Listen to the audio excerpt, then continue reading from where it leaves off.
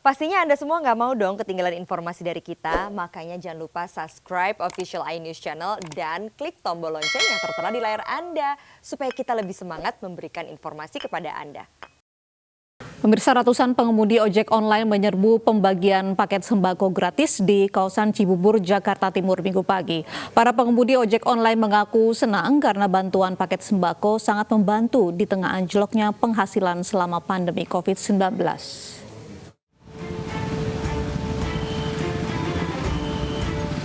Ratusan pengemudi ojek online rela antri sepanjang 200 meter demi mendapatkan bantuan paket sembako gratis yang diberikan sejumlah purnawirawan dan anggota TNI aktif di kawasan Cibubur, Jakarta Timur Minggu pagi. Mengetahui adanya bantuan paket sembako membuat pengemudi ojek lainnya datang dan menyerbu pembagian paket sembako. Sejumlah pengemudi ojek online mengaku senang dan bersyukur karena bantuan paket sembako berupa beras, minyak, gula, kopi, dan mie instan sangat membantu di tengah anjloknya penghasilan selama pandemi COVID-19. Saya terima kasih kepada partisipasi yang memberikan sembako kepada para ojol. Peduli, sangat berterima kasih. Semoga saja ini menjadi berkah buat kita semua para ojol yang menerimanya dan dilimpahi rezeki yang memberi sembako pada para ojol. Terima kasih. Pembagian paket sembako ini dilakukan sebagai bentuk kepedulian anggota dan purnawirawan TNI terhadap masyarakat yang terdampak selama pandemi COVID-19. Nah, tujuannya semata-mata untuk ikut bersama-sama berempati kepada saudara-saudara kita yang memerlukan dalam kondisi seperti sekarang ini. Saya kira itu tujuan utamanya. Diharapkan pembagian sembako juga dapat dilakukan oleh kelompok masyarakat lainnya agar dapat membantu masyarakat lain yang terdampak pandemi virus corona. Dari Jakarta, Rio Manik, iNews melaporkan. Sementara itu, masyarakat yang bekerja sebagai nelayan di pesisir Jakarta juga mendapatkan bantuan. Bantuan berupa sembako diberikan kepada warga yang terdampak menurunnya pendapatan akibat pandemi corona. Direktorat Polairut Polda Metro Jaya memberikan sembako kepada para nelayan yang terdampak pandemi virus corona. Selain 1.100 paket beras dan sembako lainnya, pihak Direktorat Polairut Polda Metro Jaya juga memberikan bantuan 1.000 masker kain. Bantuan langsung diberikan kepada nelayan yang masih berada di kapal untuk melaut maupun warga yang berada di rumah. Pihak Direktorat Polairut Polda Metro Jaya berharap bantuan dapat meringankan beban masyarakat pesisir yang terdampak pandemi virus corona.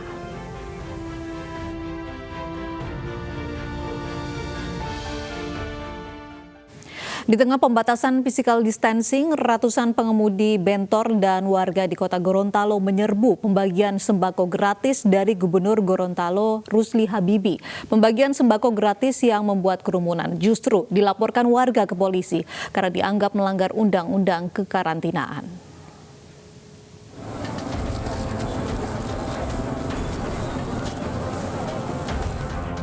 Antrian panjang pengemudi bentor tak terelakkan saat pembagian sembako gratis di depan rumah jabatan Gubernur Gorontalo Selasa sore 7 April 2020 lalu.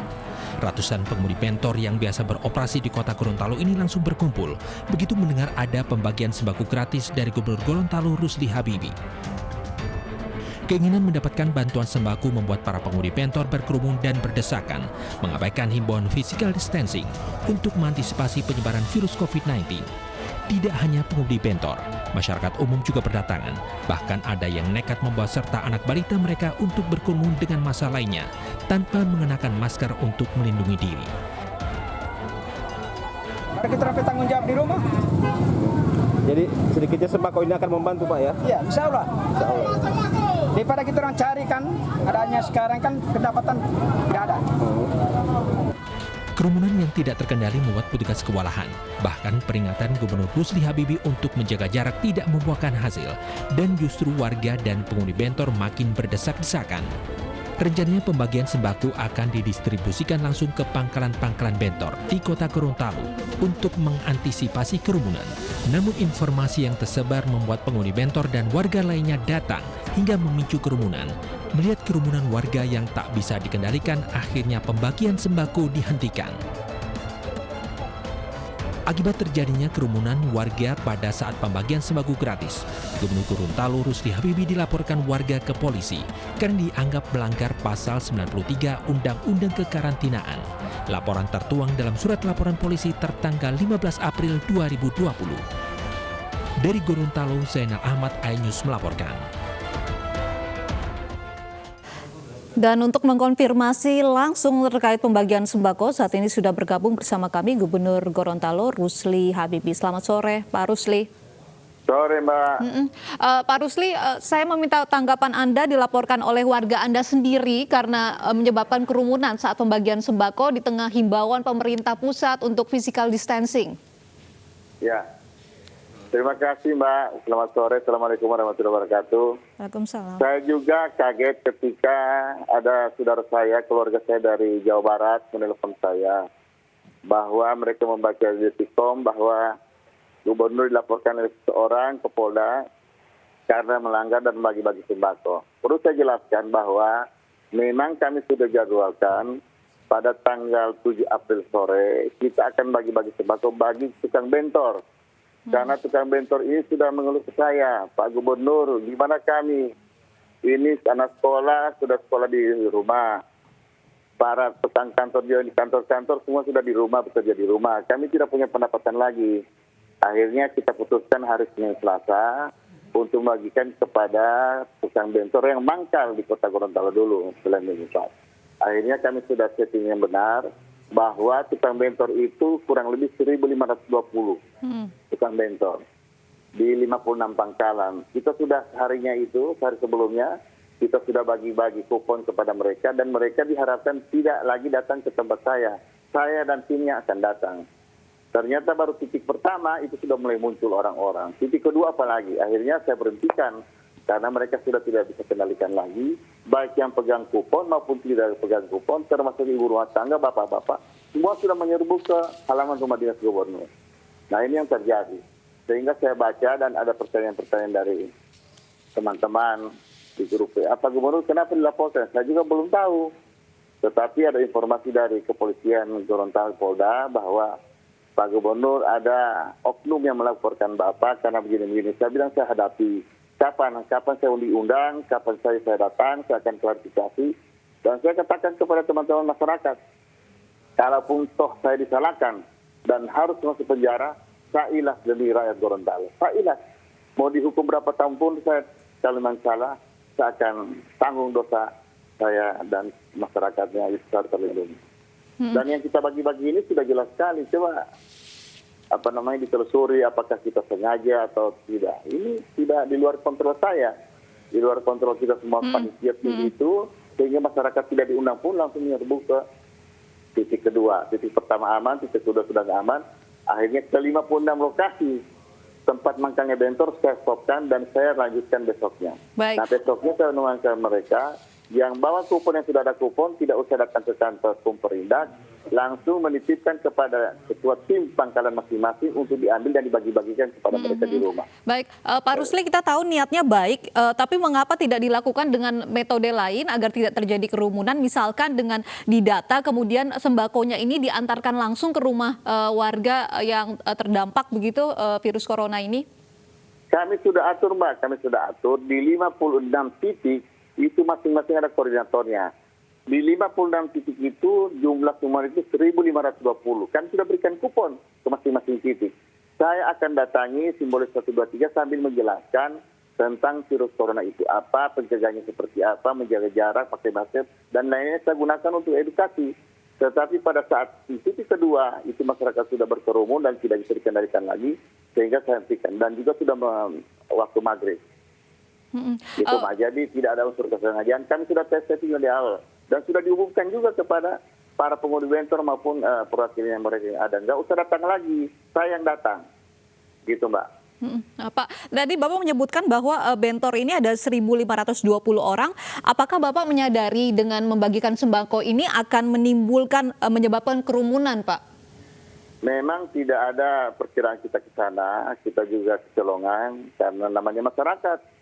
Sekarang masyarakat sangat butuh dengan bantuan-bantuan seperti ini di mana saja, bukan hanya di Gorontalo. Nah, karena kami melihat situasi tidak bisa dikendalikan lagi, maka kita rubah. bahwa setiap pangkalan yang sudah pegang kupon mulai besoknya hari Rabu dan Kamis itu mengambil langsung. Dan ini akan kami lakukan terus-menerus. Karena memang kami sudah siapkan anggaran lewat APBD untuk pembagian sembako bagi masyarakat terdampak dengan COVID-19 ini. Sudah sangat jelas protapnya semua. Tetapi ya itulah masyarakat.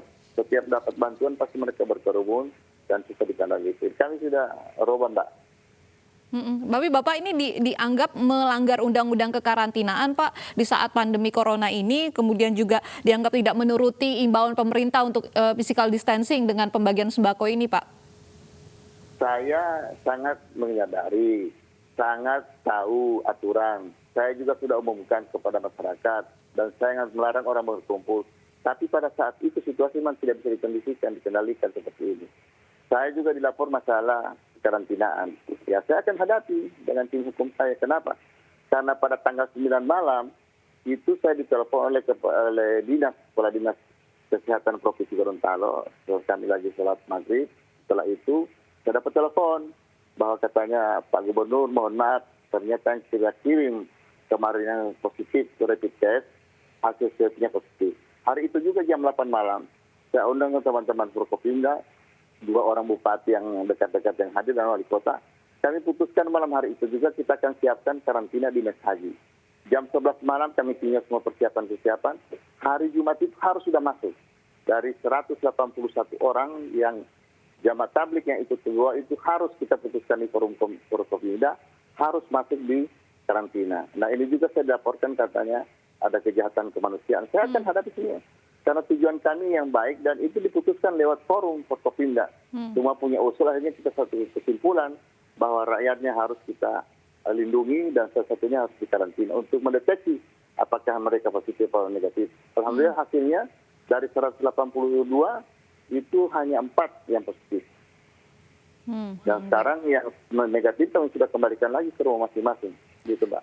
Pak, dengan sudah kejadian seperti ini, Pak, adanya kerumunan saat pembagian sembako, apakah nanti tetap akan dilanjutkan, Pak, pembagian sembako kepada warga ini? Pembagiannya akhirnya kami sepakati bahwa contohnya di satu kelurahan di situ ada tukang bentor 100. Nah 100 orang itu menjadi tanggung jawab pemerintah provinsi 60 orang dan 40 orang itu menjadi tanggung jawabnya kabupaten kota. 40 orang jadi 60-40. Yang 60 itu kami sudah transfer minggu lalu atau minggu kemarin ke masing-masing kabupaten kota untuk diadakan sembako oleh kabupaten kota dan lebih efektif lagi. Itu sembako ditaruh di posko atau di kantor lurah atau desa dan masyarakat yang mendapatkan itu mendapatkan kupon dan datang tidak bergerombol tiap hari untuk mengambil itu. Sudah diatur, Mbak. Dengan kejadian ini kita ambil hikmahnya. Jadi tidak akan lagi dikumpulkan di suatu tempat begitu ya Pak ya, agar tidak terjadi kerumunan. Iya. Tadi juga dan kemarin saya melakukan pembagian sembako kepada kemarin itu ke 1.000 orang, tadi juga 1.000 orang termasuk makanan siap saji. Kami sampaikan bahwa biarkan tim kami, orang kami yang datang ke rumah-rumah untuk menyampaikan sembakonya maupun makanan siap saji ke masyarakat. Berupa bantuan-bantuan lainnya juga. Jadi sembako dibagikan ke rumah-rumah warga begitu ya Pak ya, yang dianggap berhak untuk menerima. Ya, dan kita ada kuponnya. Jadi mohon maaf jika tidak semua masyarakat yang menerimanya, kami khususkan kepada masyarakat yang betul-betul terdampak. Ada yang di PHK, ada yang dirumahkan, ada yang tukang cuci, tukang gunting rambut, tukang salon, buruh bangunan, buruh pelabuhan, pelabuhan udara, pelabuhan laut. Semua tukang bentor itu kami sudah minta datanya dari kabupaten kota, camat, desa, dan dusun. Harus memberikan data yang tepat, yang pas, yang tidak mengada-ngada, agar tidak double pembagian sembakonya. Baik. Terima kasih Pak Rusli Habibie sudah bergabung bersama kami di AINews Sore. Ya, pemirsa, pembatasan sosial berskala besar yang diterapkan di Jakarta selama pandemi COVID-19 masih diabaikan oleh sejumlah warga, seperti di Pasar Ikan Hias kawasan Jatinegara, Jakarta Timur, yang tetap ramai oleh penjual dan juga pembeli. Seperti inilah keramaian di Pasar Ikan Hias Jatinegara pada Minggu pagi. Aktivitas jual beli berlangsung seperti hari biasa sebelum PSBB diterapkan di ibu kota. Meski sudah dianjurkan untuk menjaga jarak dan menggunakan masker, namun sejumlah orang masih mengabaikannya. Tidak ada petugas baik dari Pemkot Jakarta Timur maupun aparat TNI Polri di lokasi untuk menghimbau dan membubarkan keramaian warga.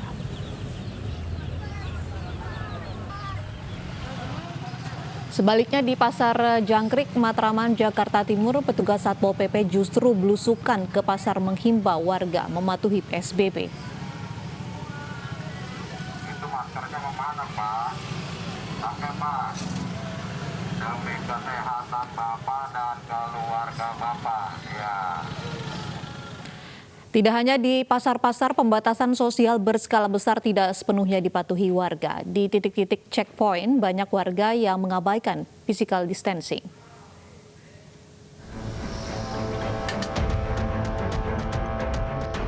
Hari kelima pembatasan sosial berskala besar PSBB Kota Bekasi, banyak pengemudi mobil yang melintasi perbatasan DKI Jakarta Bekasi tidak menerapkan imbauan jaga jarak fisik dengan penumpang.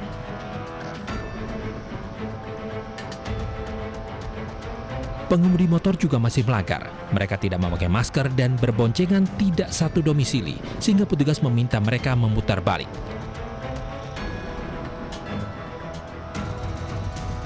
Bagi yang tidak memakai masker, petugas memberikan secara gratis. Razia PSBB di perbatasan Jakarta Bekasi akan berlangsung hingga 28 April nanti.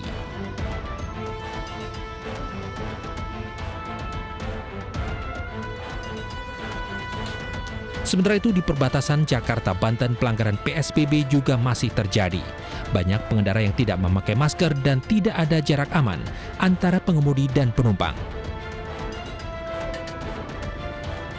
Pelanggar peraturan PSBB didominasi pengendara dari wilayah DKI Jakarta yang memasuki Banten. Meski demikian, petugas tidak pernah bosan mengingatkan pengendara mematuhi aturan PSBB. Setiap pengendara yang melintas juga diperiksa suhu tubuhnya. Tim Liputan iNews melaporkan.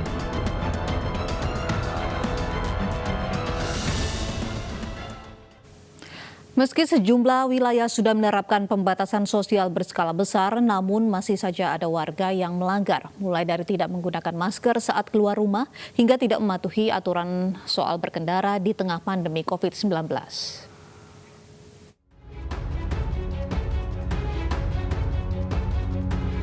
Ratusan warga dan pengendara melakukan pelanggaran di hari kelima pemberlakuan pembatasan sosial berskala besar atau PSBB di Kota Bogor, Jawa Barat.